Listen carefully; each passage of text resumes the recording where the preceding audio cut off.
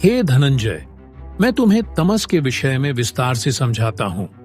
तमस वह है जो आत्मा के प्रकाश को ढक देता है, जैसे काले बादल सूर्य की रोशनी को ढक देते हैं। यह अज्ञान का प्रतीक है, आलस्य का जन्मदाता है और मोह का आधार है।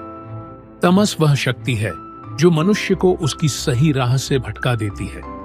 जब मनुष्य तमस से प्रभावित होता है तो उसका विवेक क्षीण हो जाता है, वह सही और गलत में अंतर नहीं कर पाता।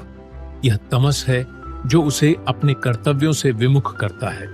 वह कर्म में उत्साह नहीं दिखाता, अपितु आलस्य, प्रमाद और मोह में डूबा रहता है।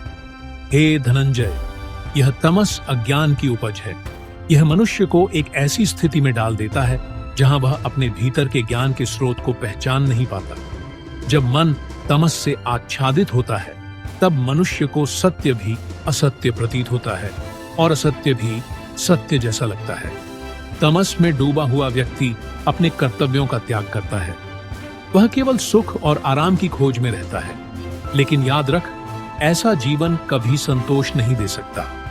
आलस्य और प्रमाद केवल दुख और असफलता का कारण बनते हैं। हे कौन्तेय, तमस 3 प्रकार का होता है। पहला है अज्ञान का तमस। जब व्यक्ति सत्य का अनुसरण नहीं करता, शास्त्रों का ज्ञान नहीं प्राप्त करता और स्वयं को भ्रम और मिथ्या में उलझा लेता है। दूसरा है आलस्य का तमस। जब व्यक्ति केवल आराम और निद्रा को अपना उद्देश्य बना लेता है, तब वह अपनी शक्तियों को व्यर्थ गंवा देता है। तीसरा है मोह का तमस।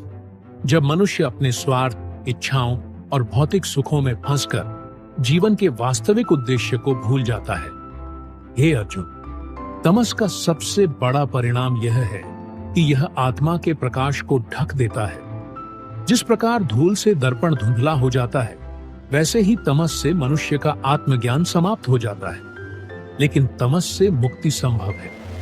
यह अज्ञान का पर्दा केवल तभी हट सकता है जब मनुष्य सतोगुण और रजोगुण का आश्रय ले, जब वह ज्ञान, कर्म और भक्ति का मार्ग अपनाए। तमस से मुक्ति के लिए 3 साधन आवश्यक है।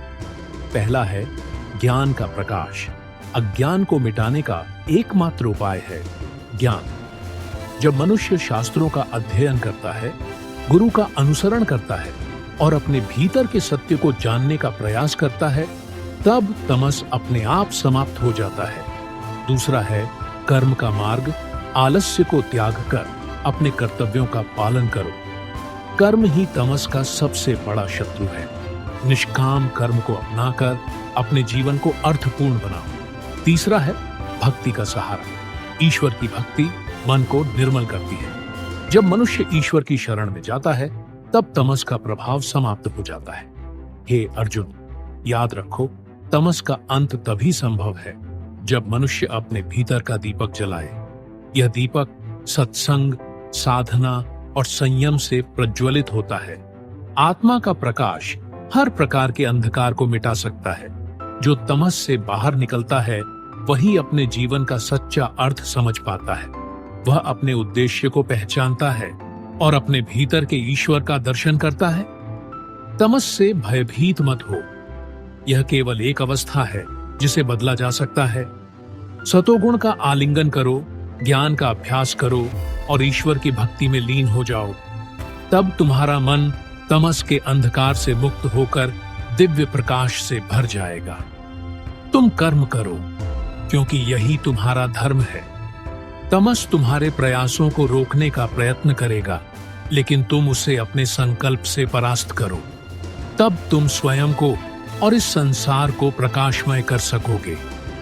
अब उठो और अपने कर्मों को सच्चाई और निष्ठा के साथ पूर्ण करो। तमस तुम्हें रोक नहीं सकता जब तुम स्वयं को पहचान लोगे। सत्य का मार्ग ही तुम्हें तमस से मुक्ति दिलाएगा।